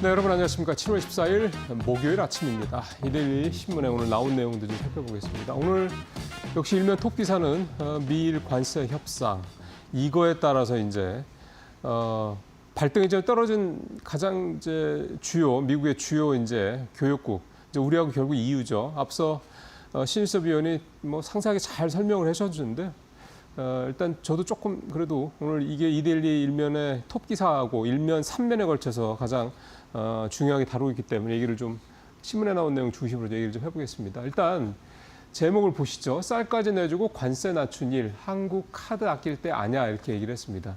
그러니까 한국이 카드를 아낄 때가 아냐라고 한 제목을 뽑은 배경에는 쌀까지라는 표현 여기에 이제 좀 주목을 할 필요가 있다라는 얘기입니다.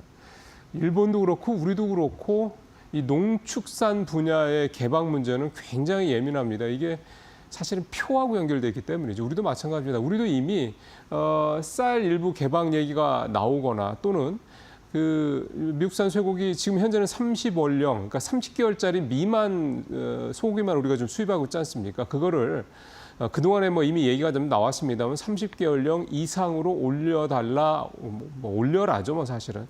그렇게 이미 얘기가 좀 있었습니다. 그동안에 사전 접촉에서. 그러다 보니까 결국 이 부분에 대해서 계속 사실 이게 막 크게 부각되지 않고는 있는데 왜냐하면 다른 관세가 워낙 그게 큰 부분이기 때문에 사실 이제 이런 소위 말하는 이제 비관세 무역장벽 이런 부분들에 대한 얘기들이 이제 나올 수밖에 없다는 얘기가 되는 건데 마침 또 일본이 이 부분을 이제 언급을 했기 때문에 그러니까 미일 이번 합의에서 이게 나왔기 때문에 사실 이제 이게 우리한테도 이슈가 될 수밖에 없을 것 같습니다. 표 한번 보시죠. 네, 미일 무역 협상 주요 내용을 신문에서 이렇게 자세히 잘 다루어 놓고 있습니다. 일본이 미국에 주는 거 뭐 여러 개죠. 밑에 보면 미국이 일본에 주는 거는 참 그렇습니다. 이것들 준다고 해야 됩니까? 이걸 참. 어쨌든 5,500억 달러 이게 크죠. 우리 돈으로 우리나라 1년 예산보다 더 셉니다. 760조 가까이 되니까. 그다음에 미국산 산 수입을 확대한다. 예, 이게 일단 또 있고요. 그다음에 트럭 시장 뭐 일부 개방한다. 그러니까 이런 건 사실은 큰 의미는 없을 것 같습니다. 뭐 일본이나 뭐 일본의 트럭이 그러니까 미국의 트럭이 일본에 뭐 들어가서 뭐 그렇게 경쟁력이 있을 것 같지는 않으니까요. 자동차 완성차도 마찬가지인 것처럼.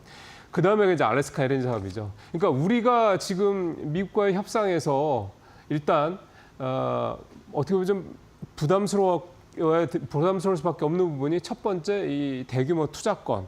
그다음에 제일 밑에 있는 두 번째 쌀 문제건, 그다음에 세 번째 알래스카 이 세 가지 건 정도라고 좀 생각이 좀 됩니다. 지난번에 정부 측에서 기업들한테 기사가 한번 나왔습니다만 미국에 좀 추가로 투자를 할 건 있으면 좀 얘기 좀 해달라 이렇게 얘기를 한 걸 보면 이게 좀 상당히 느낌이 좀 다급했거든요. 그러니까 아마 일본의 이런 부분들이 전해졌기 때문이 아닌가 생각이 좀 들고요. 알래스카 LNG 이것도 참 한 10년 이상 걸리는 사업인데 지금 투자를 대규모로 해서 그게 과연 우리한테 얼마나 뭔가 리턴이 올 것이냐 이 부분에 대한 고민을 안 할 수가 또 없는데 또 우리는 또 이게 조선 쪽 그러니까 좀 LNG 캐리어가 이게 걸려 있기 때문에 사실 이게 발을 빼자니 그것도 쉽지는 않을 것 같다는 생각이 듭니다. 미국이 뭐 그냥 우리한테 LNG선 발주를 맡길 것이냐 물론 우리밖에 없긴 하지만 쉽지 않을 거기 때문에 그런 부분들이 좀 있고요. 어쨌든 그렇게 해서 애를 많이 써서 25%의 관세를 15%로 10%포인트 내렸다라는 이런 내용이 좀 되겠습니다. 우리 25일 날 이제 현지 시간으로 25일이니까 우리 시간으로 아마 내일 밤 또는 그 다음 날 이제 27일 정도 토요일 정도가 되겠죠. 이제 고위급 회담, 2+2 회담이 열리는데요. 이미 우리는 안보 실장이죠. 위성락 실장 이미 가 있습니다.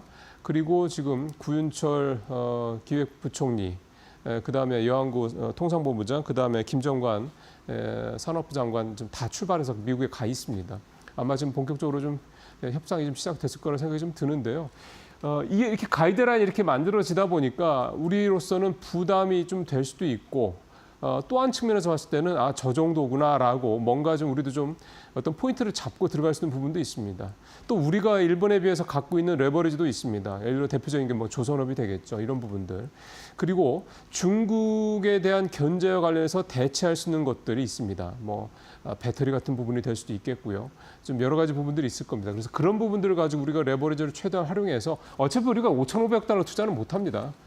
그렇기 때문에 그런 부분들 관해서 이제 우리가 갖고 있는 미국이 필요한 부분들을 가지고 얼마나 레버리지 효과를 일으켜서 우리의 부담을 최소화하고 그 다음에 이 관세율도 얼마나 좀 낮출 수 있을 것이냐 이 부분 이게 좀 관건이 될 것 같습니다.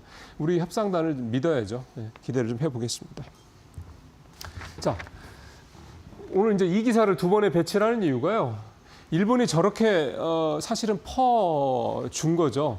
일본 내 여론 썩 그렇게 좋지를 않습니다. 사실은 이렇게 갑작스럽게 일본이 전격적으로 합의한 배경에는 생각보다 더 좀 많이 양보를 생각 배경에는 지금 일본의 전국 상황, 즉 이시바 총리를 비롯한 이 자민당의 상황이 썩 좋지 않기 때문에 이번에 참여연 선거에서도 뭐 아직 최종 결과가 나온 건 압니다만 지금 분위기가 뭐 야당 쪽에 좀 의석수가 훨씬 더 늘어날 것으로 얘기가 되고 있습니다. 그렇게 되면 또 이시바 총리가 중도 퇴임할 수도 있고 조기 또 총선 벌어질 수도 있고 등등등 하여간 복잡하게 돌아가니까요.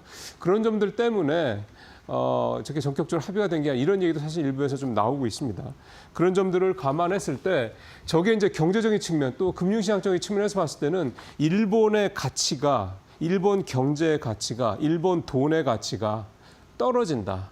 거꾸로 얘기하면 일본의 금리가 이제 올라간다. 그게 이제 가치가 떨어진다는 얘기. 이렇게 연결이 됩니다. 실제로 좀 일본의 30년물 금리가 계속 올라가고 있습니다. 좋은 건 아닌 거죠.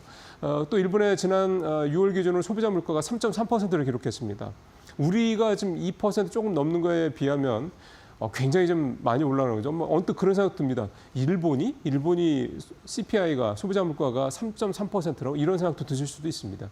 그 정도로 일본의 인플레 상황이 좀 간단치 않은 상황이다 보니까 BOJ가 또 금리를 인상할 가능성이 높게 또 나오고 있고요. 금리를 올리게 되면 일본이 금리를 올리게 되면 국채금리 또 올라가죠. 또 당연히 일본의 엔화 가치는 떨어질 수밖에 없어요. 등등 이런 부분들이 복합적으로 작용하다 보니까 이제 이 이데일리 기사의 이제 핵심 내용은 뭐냐면 일본과 미국 간의 이 국채금리 차이가 줄어든다라는 겁니다. 금리 차이가 줄어들면 일본의 그 보험사 같은 경우 대부분 30년, 40년짜리 장기물에 투자를 하고 있고 그다음에 이제 당연히 이제 미국 국채도 상당히 장기채에 투자를 많이 하고 있죠. 미국은 어쨌든 위험적인 리스크를 좀 안고 들어가야 되는 겁니다. 그리고 이제 일본 돈으로 미국 국채를 살려면 이 안에 들어간 수수료도 또 간단치 않고요. 그러니까 예를 들어서 미국의 지금 국채 금리가 지금 4% 지금 10년물이 4% 중반 조금 내려왔죠. 4.3% 정도 되지 않습니까?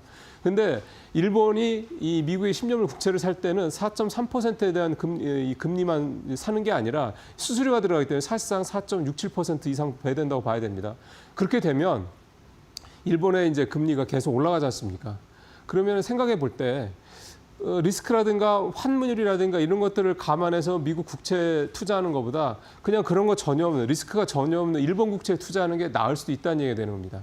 그러면 미국의 국채를 팔고 그 돈을 가지고 일본 국채를 산다 이런 얘기가 되는 거죠. 이게 이제 쉽게 말하면 엔캐리 트레이드 청산이 되는 겁니다.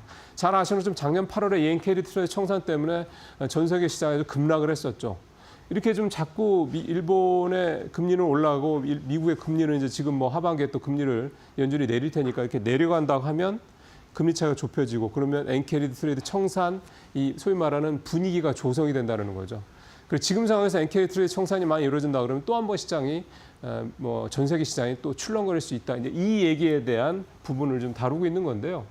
일각에서는 엔캐리 청산이 작년에 많이 됐기 때문에 이번에 그렇게 많이 안 될 수도 있다는 얘기도 있긴 합니다만 워낙에 지난 30년 동안 깔려 있는 게 많기 때문에 또 분위기가 심상치 않다고 그러면 지금 일본의 어떤 그 자본시장, 금융시장 상황 자체가 심상치 않은 거기 때문에 이러다 하면 모르죠 또. 그래서 이런 것들에 대한 대비도 일단 생각은 하고 있어야 된다. 지금 뭐 이게 청산이 되고 있다는 측면은 아니지만 생각을 해볼 필요가 있다. 이렇게 말씀드릴 수가 있겠습니다.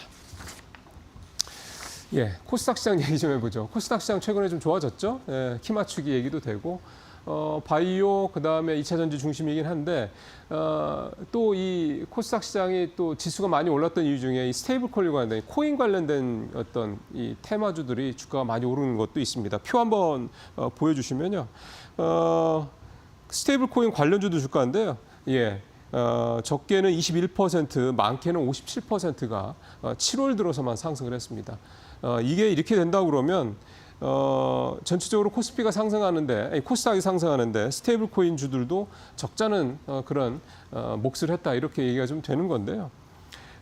이게 이제 뭐 아시는 것처럼 미국의 지니어스 법안 통과되고 국내에서 스테이블 코인 관련돼서 좀 민주당 중심으로 해서 여러 가지 법안들이 준비가 되고 있는 것이 작용을 한 건데 이제 중요한 거는 상승의 질이죠. 지금 코인 관련주들은 사실은 뭐랄까 실체가 있는 거는 아니죠. 수치가 나온 게 아니기 때문에 그러니까 이렇게 할 거다라는 기대감으로 올라간 거다 보니까 이게 뭐라 그럴까요? 약간 질이 조금 그렇게 긍정적으로 볼 수는 없는 겁니다. 일종의 뭐 정치 테마주 같은 테마주 성격이라고 볼 수가 있는데요. 지금 좀 전에 나왔던 두 회사 SGA 같은 경우 403%, 브리지 바이오 테라피틱스 같은 경우 213% 이렇게 오른 주들이 대체적으로 그냥 가상자산 시장 뭐 진출한다 요 얘기 가지고 이런 기대감으로 오르는 대표적인 이제 테마 주들인 거거든요. 그렇기 때문에 사실 결국 이제 이 얘기는 뭐냐면 현재 코스닥이 오른 여러 가지가 이유가 있는데 그 중에 스테이블 코인 관련된 것들이 있다. 다만 그 종목들이 실체가 있는 종목들이 아니기 때문에 실적이 뒷받침된 종목들이 아니기 때문에 이런 부분들에 대해서는 뭐 투자에 유의를 할 필요가 있다 이렇게 얘기가 좀 되는 거고요. 저는 여기다 좀 더 덧붙여서 말씀드리면 코스닥이 키 맞추기를 하는 건 좋은데 그 키 맞추기의 성격이 만약 이런 식의 테마주들 때문에 올라간다 그러면 결코 긍정적이진 않다. 이런 부분들 결국은 실적이 뒷받침되는 그런 섹터들의 종목들이 올라가 줘야 된다 이 말씀을 좀 드리겠습니다. 자 마지막으로는요 최근에 이제 앞서도 뭐 이런 말씀 드렸습니다만 자본시장 개선 관련된 여러 가지 법안들 좀 추진이 되고 있지 않습니까? 시장의 변화가 이미 나타나고 있습니다. 제목 보시죠. 태광산업 꼴날라 EB 발행 몸살이는 기업들. 이제 태광산업과 EB 이거 아마 이제 알고 계신 분들도 많으실 텐데 태광산업이 자사주 소각 안 하려고 갖고 있는 자사주를 담보로 EB를 발행해 가지고 이제 자기한테 좀 유리한 회사들, 자기가 우호적인 회사들에 대해서 EB를 이제 발행을 했었습니다. 하려고 했었습니다. 근데 그랬다가 역풍을 많이 맞았죠. 뻔한 이유니까 뭐 모르는 사람이 누가 있겠습니까? 그래서 결국은 태광산업 EB 발행을 포기를 했습니다. 그러니까 이게 이제 결국은 상법 개정안이 통과됐기 때문에 나타나는 현상이다라는 얘기가 되겠습니다. 표 한번 볼까요? 이게 이제 무슨 얘기냐면 자사주 담보 EB 발행 상장사 추이인데 5월 달에 5군데 이때부터 이제 본격화가 됐습니다. 그다음에 6월 달에 무려 7개로 늘어갔죠. 그러니까 새 정부 출범하면서 상법 개정안 되겠구나, 이게 통과되겠구나라는 이제 관심들이 높아지면서 EB를 발행하는 데가 확 늘어났습니다. 그러다가 이제 7월 달 들어서 지금 뭐 사실은 이제 한 달 다 돼가지 않습니까? 지금까지 2개 회사니까 확 줄어드는 거죠. 그러니까 이렇게 확 줄어드는 이유가 이제 눈치를 보기 시작했다 이런 얘기가 좀 되는 겁니다. 자사주를 이제 자사주 소각을 의무화하려고 하는 거는 결국은 시장에서 발행 물량, 유통 물량을 줄이는 거죠. 유통 물량을 줄여서 기본적으로 EPS가 올라가게 해서 주가를 올라가게 하는 이제 미국식 그런 주주환원 정책의 가장 핵심적인 내용입니다. 근데 이 자사주를 갖고 있는 기업들의 상당수들은 다 속내들이 있죠. 여러 가지로 경영권 방어라든가 오너들의 뭐 이런 부분들 다 있기 때문에 이제 그런 것들을 계속해서 할 수가 없게 되니까 그럴 바에는 차라리 이 뭐 더 진행되기 전에 자사주를 담보로 해가지고 기본적으로 경영권 방어라든가 이런 역할들을 좀 하게 하자라는 취지였던 거죠. 근데 그걸 이제 하기가 점점 힘들어진다 이런 얘기가 좀 되는 겁니다. 그러니까 시장이 굉장히 건전화되고 그리고 이제는 부정적인 생각으로 상장사가 해야 되지 말아야 될 방향으로 뭔가 정책을 추진하고 하려는 기업들 같은 경우 그런 것들을 하기가 힘들어지게 지금 분위기가 바뀌고 있다는 거. 그러니까 지금 이게 사실 어떤 특정 종목을 얘기하는 걸 떠나서 우리 시장이 이렇게 눈에 띄지 않게 상법 개정 통과되고 자사주 의무 소각하는 법안도 이제 통과되겠죠. 그다음에 이제 배당소도 분리과세도 결국은 되겠죠. 등등등 이런 식으로 가다 보면 이런 식으로 시장이 건전화되고 건강해지는 상황들이 계속해서 확장이 될 거다. 이 부분이 이제 나타나는 내용을 얘기해 주는 그런 기사다 이렇게 보시면 되겠습니다. 점점점 우리 시장에서 투자하기, 소위 말해서 국장 투자하기가 점점점 좋아지는 세상이 좀 오고 있는 것 같습니다. 오늘 마치도록 하겠습니다.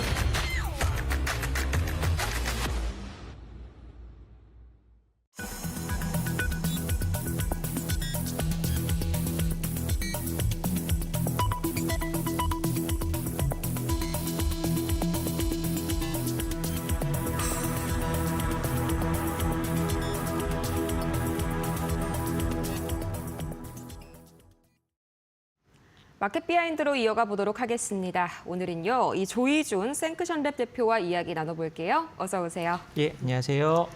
네, 밤사이에 뉴욕 증시 이 3대 지수가 상승폭을 점점 늘려가는 형태로 좀 마무리가 됐는데 아무래도 네. 이 관세 이슈가 상당히 좀 컸던 것 같습니다. 특히나 이 일본에 이어서도 밤사이에는 유럽 연합 쪽까지 좀 15%에 근접하고 있다 이런 이야기가 나왔는데 실제로 예. 이 탑코 트레이드가 좀 현실화되는 그런 흐름이네요. 이제 뭐 세계 시장이 트럼프 대통령의 이 모습에 약간 좀 익숙해져 가고 있는 것 같다는 네. 생각도 듭니다. 왜냐하면 사실 시간적으로 보면 8월 1일이 다가오니까 지금 가장 긴장해야 될 때거든요. 근데 뭐 자본시장은 이미 거의 저 축포를 터뜨리는 듯한 상황이니까요. 이제 우리가 좀 그런 부분은 이제 그 트럼프 대통령의 어떤 모습에 시장이 익숙해져 가고 있고, 그리고 뭐 베센트 장관이나 제이미슨 그리어 USTR 대표 같은 경우는 또 8월 1일이 하드한 라인이다, 그러니까 꼭 지켜야 되는 거다라고 말을 하면서도 또 다른 한쪽으로는 합의보다는 뭐 무역 적자를 줄이는 게 더 중요하다 해서 이렇게 양쪽으로 오가는 말도 하고 하면서 시장을 어떻게 생각하면 조금 도와주는 식으로 그렇게 말을 하고 있으니까 시장이 이렇게 반응하는 것 같습니다. 네, 뭐 실제로 말씀을 주신 것처럼 좀 왔다 갔다 하는 그런 느낌들이 강하다고 생각이 든 게 또 베센트 재무장관 같은 경우에는 불과 뭐 이틀 전에 8월 1일의 시한이 꼭 중요한 게 아니다, 뭐 퀄리티가 중요하다 이런 말을 했지 않습니까? 뭐 본인들이 지금 이제 말을 하고도 본인들이 예. 좀 기억을 못하는 것 같은 그 정도의 지금 현재 약간 왔다 갔다 하는 그런 상황인 것 같습니다.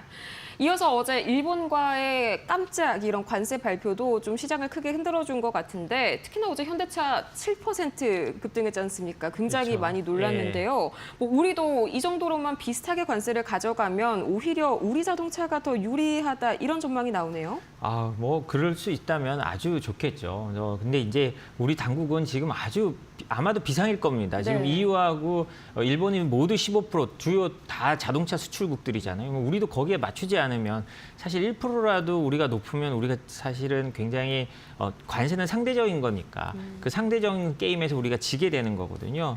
그래서 이게 굉장히 우리 당국이 이제 협상하는데 좀 부담도 많이 느끼고 많이 참고를 하겠지만요. 그럴 네. 것 같습니다. 근데 제가 늘 트럼프 대통령에 대해서 말을 할 때 쓰는 표현이 있는데 과격한 온건주의자입니다. 말은 뭐 어마어마하게 강하게 하죠. 뭐 중국에 대해서도 그랬잖아요. 근데 나중에 이제 그거를 중국에 145%까지 관세를 매겼다가 나중에 30% 하고 뭐 여러 가지 합해서 한 45% 정도 중국에 되고 있는데 이런 것들을 보면 트럼프는 늘 시장이 어느 정도 안도할 만한 수준에서 합의를 해온 것 같습니다. 그러니까 어제 아까 현대차도 7%나 올랐고 그다음에 니케이 같은 것도 3.5%나 오르는 큰 급등폭을 보여줬잖아요.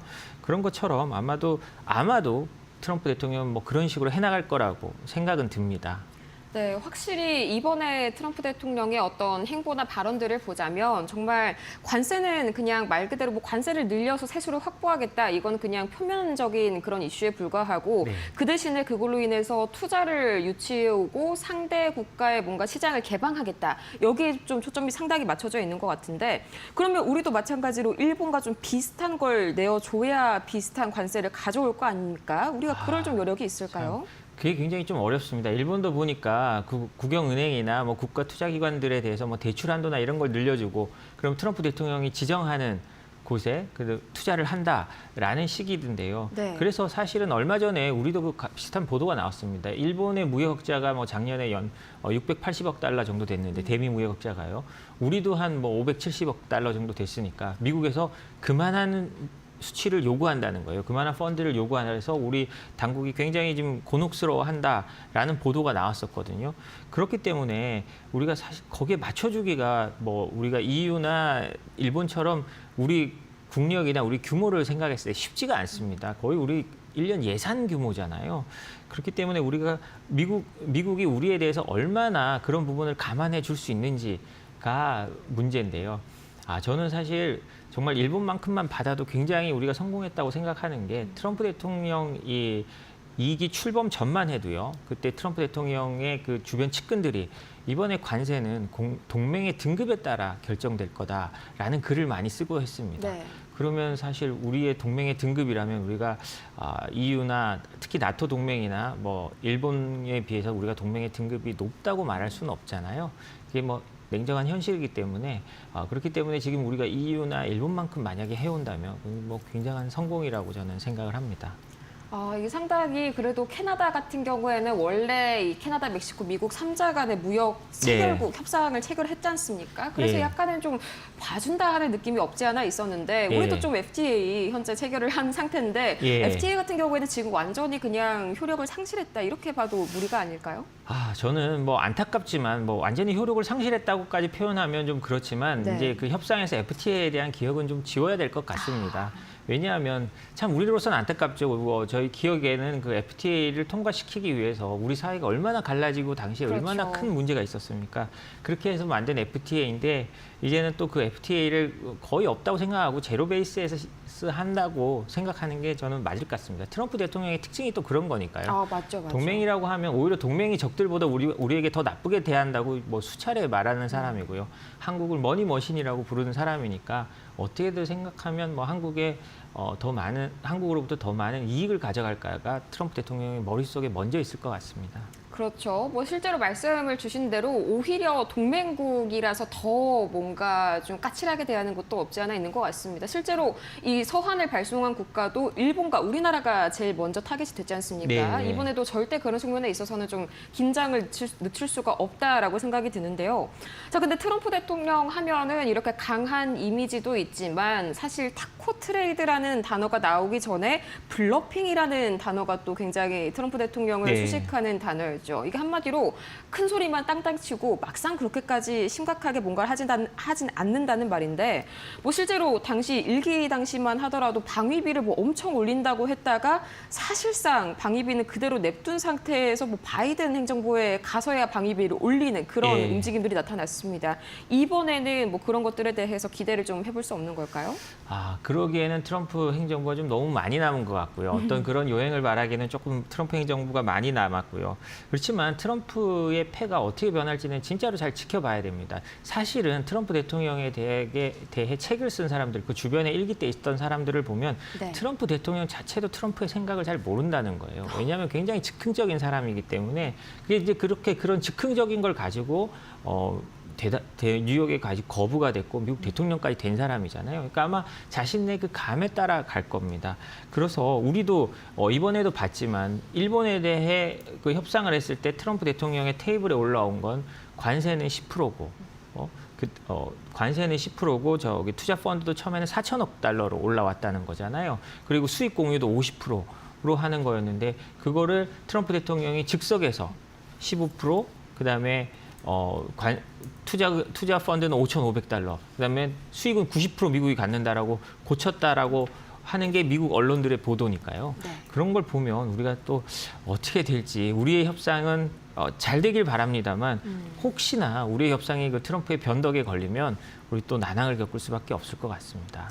저도 이제 아무래도 벌써 8월 1일이 일주일밖에 남지 않았다 보니까 약간 약간 마음이 두근두근한 그런 게 계속 있는데 혹시나 이 쇼맨십을 너무너무 좋아하는 트럼프 대통령이 8월 1일 직전에 뭔가 극적인 이벤트 한 가지를 던져놓지는 않을까 하는 그런 불안감이 또 있습니다. 가능성이 그렇죠. 아예 없는 얘기는 아니죠? 네, 이번에 그 일본과 무역 합의를 한 트루스 소셜에 트럼프 대통령이 올린 거 보면 저는 이 문구를 보고 너무 놀랐어요. 어떤 건가요? 그 문구에요.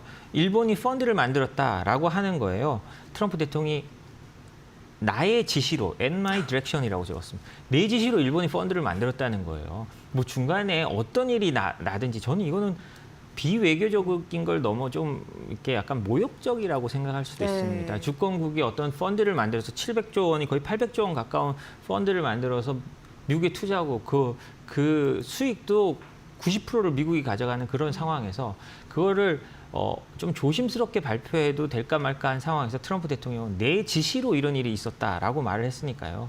그러니까 트럼프 대통령은 세상이 나의 지시로 움직인다는 거를 보여주고 싶은 거고 아까 말한 그런 깜짝 쇼가 있다면 내 지시로 어떤 깜짝한 일이 일어날 건데 제 생각은 충분히 있을 수 있다고 생각합니다. 네. 충분히 있을 수 있는데 문제는 그게 한국이 거기에 어떤 도움을 받으면 깜짝 쇼에 도움을 받으면 좋은데 희생양이 될 가능성도 있기 때문에 그런 걸 늘 주의해야 된다고 생각을 합니다. 그렇죠. 이미 뭐 일본과 필리핀 같은 경우에는 시장을 다 개방을 하고 관세까지 낮춰가면서 이미 다 협상이 체결이 된 상태이기 때문에 이제 얼마 비슷한 우방국들 지위 중에서는 남은 타깃이 바로 저희가 될 것 같다라는 이런 생각이 좀 드네요. 뭐 아무튼 잘 되면 내 탓, 못 되면 파월 탓, 굉장히 좀 단순한 논리 구조인 것 같습니다. 네. 자, 그러면은 계속해서 이 동맹국들의 충성심을 좀 시험하는 움직임도 나와주고 있는데 이번에 특히 우리에게 요구하는 그 대가가 가장 중요한 게 뭐라고 보실까요?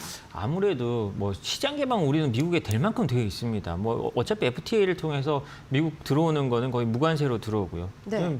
미국같이 큰 나라고 미국같이 가장 센 나라가 다른 나라 무역 협상하면서 예를 들면 인도네시아 같은 나라에 19% 관세를 매겨놓고 자기들이 수출할 때는 무관세로 99% 들어간다고 하고 있잖아요.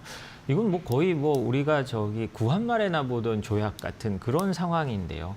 우리에게도 아마 그런 걸 요구할 겁니다. 근데 지금 아마도 우리 정부는 안보나 뭐 이런 부분하고 연결시킨다는 전략인 것 같고 문제는 쌀과 소고기 같은 거를 우리가 양보하느냐 마느냐라는 것 같습니다. 이제 거기에 대한 보도도 좀 엇갈리고 정부 내 의견도 엇갈리는 걸로 압니다. 쌀과 소고기는 안 된다라는 게 현재까지의 모습인데요.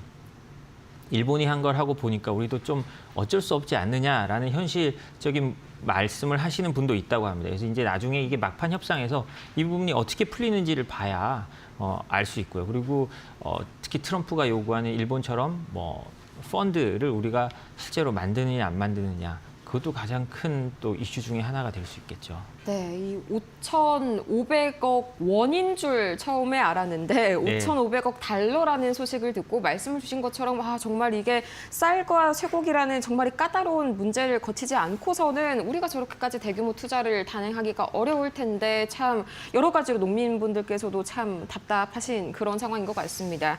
이어서 그럼 8월 1일 이전에 뭐 한꺼번에 모든 게 다 체결이 될 수 없다고 하더라도 부분적으로는 뭔가 이제 진척이 있을 수가 있는 거잖아요. 우리가 뭐 약간의 스몰 딜 정도를 타결을 시킨다고 한다라면은 이 관세 폭탄 우리나라 같은 경우에 좀 비켜갈 수 있는 그런 시나리오가 나오지 않을까요?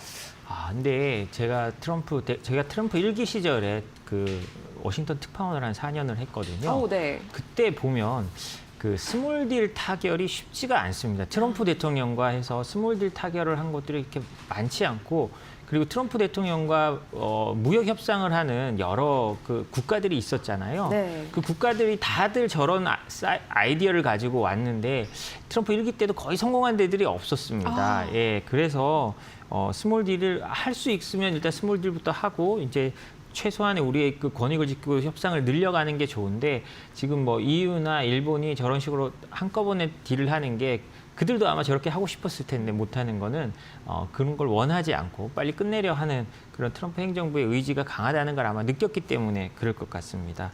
그래서 이 관세 폭탄 현실화, 저는 뭐 현실화될 가능성도 있다고 합니다. 물론 더 높은 가능성이 그 전에 우리가 합의를 하는 건데요.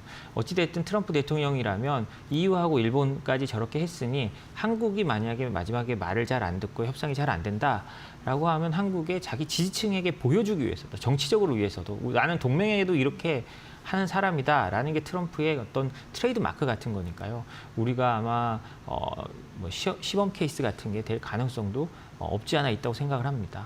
네, 상당히 그럼 여기서 굉장히 딱 한 가지 질문을 드리고 싶은 게요. 예. 대표님의 이런 직관적인 판단이 너무 궁금한데요. 예, 이 예. 8월 1일 이전에 뭔가 극적으로 타협이 이루어질 가능성이 더 높다고 보세요? 아니면 그대로 좀 관세가 25% 발효될 가능성이 더 높다고 보실까요? 저는 극적인 타협이 이루어질 가능성이 그래도 높다고 봅니다. 왜냐하면 우리 입장에서도 그 미국의 시범 케이스, 트럼프 대통령의 시범 케이스가 되는 거는 아주 어떻게 생각하면 최악의 시나리오라고 그렇죠. 할 수 있거든요. 그렇기 때문에 우리 입장에서도 우리의 권익을 지키기 위해서는 그 전에 어떤 식으로든지 타결을 하고 적어도 일본이나 유럽이 그 타결을 해가는 게 보이니까요. 그 부분을 최대한 참고해서 하자면 미국도 알고 있습니다. 미국이요. 한국이 얼마나 일본에 신경을 쓰는지 알고 있거든요. 예를 들자면 정상회담을 해도요. 미국 대통령이 일본부터 동아시아에 대한 순방을 할 때 가끔 한국을 빼는 경우가 있습니다. 네. 그러면 우리의 가장 큰 무기는 뭐냐? 무조건 한국은 와야 된다. 일본 가면서 한국 안 오면 안 된다. 그러면 큰일 난다라는 걸로 설득하고 대부분 그게 통하거든요. 통상협상도 마찬가지입니다. 미국도 그런 한국의 특성을 알고 있기 때문에 일본에 먼저 하고 이걸 내놓으면서 이대로 해라라고 말하는 것처럼 또 우리는 또 똑같이 일본에 이렇게 했으니 우리에게도 해달라라고 할 수 있는 게 생기는 겁니다. 네. 사실 이번에 일본과의 관세 협상이요. 제가 설마 했는데 정말 참의원 선거가 끝나자마자 거의 뭐 이틀 예. 만에 바로 이게 협상이 바로 발표가 됐지 않습니까? 사실 그동안에 뭐 교착 상태에 있다고 뉴스만 그렇게 내보내고 물밑으로는 다 협상을 하고 있었구나라는 생각이 들면서도 우리는 그동안 좀 진척이 없었다는 게 참 좀 한편으로는 씁쓸했습니다. 네. 자, 근데 이런 관세 부과가요. 필연적으로는 이제 인플레이션을 좀 자극할 수밖에 없고 실제로 이번에 뭐 제너럴 모터스 같은 경우에는 기업 실적이 직접적으로 타격을 받지 않았습니까? 이게 아무래도 좀 딜레마가 될 수밖에 없을 것 같습니다. 딜레마일 것 같습니다. 왜냐하면 뭐 인플레이션이 있는데 거기다 원래 지금 뭐 미국 경제가 지금 나빠질 거 둔화될 거라고 했는데 둔화되지 않고 또 좋아지고 있는 상황이라고 하고요. 그런 상황에서 이제 관세 충격까지 가면 금리는 또 더 올라갈 수 있고 네. 그런 여러 가지 면에서 굉장히 딜레마를 주고 있는데 트럼프 대통령 1기 시에 때도 뭐 이런 비슷한 우려들이 계속 있었습니다. 그런데 트럼프 1기 때는 실제로는 물가가 그렇게 높지 않았거든요. 물론 그때 매긴 관세는 지금보다 훨씬 낮았습니다만 어찌됐든 지금 보면 트럼프 행정부 사람들이 지금 나와서 말하는 것 보면 결국은 물가는 안정될 거다. 올해는 올라도 내년 되면 이미 반영돼 있기 때문에 안정될 거다라는 취지로 말을 하거든요. 그래서 지금 주식시장이나 이런 자본시장도 꺾이지 않고 올라가는 거라고 저는 생각을 합니다. 그래서 그 말이 맞을지 아니면 보통의 일반적인 경제학자들의 말이 맞을지 저는 뭐 당연히 일반적인 경제학자들의 말이 맞을 가능성이 더 크다고 생각을 합니다만 네. 트럼프 행정부는 어찌됐든 1기 때 그 관점을 가지고 이 경제의 핸들을 잡고 운전하고 있는 걸로 보입니다. 자, 이렇게 해서 저희 오늘 이 조희준 생크션랩 대표와 함께 이야기 나눠봤는데요. 정말 관세 관련해서 궁금했던 이야기들이 좀 속 시원하게 해결이 된 것 같습니다. 좋은 말씀 고맙습니다. 예, 감사합니다. 오늘 저희가 준비한 소식은 여기까지고요. 잠시 후에 이어지는 마켓나우 1부에서 더욱더 자세한 소식과 함께 하시길 바랍니다. 오늘도 시청해주신 여러분 고맙습니다.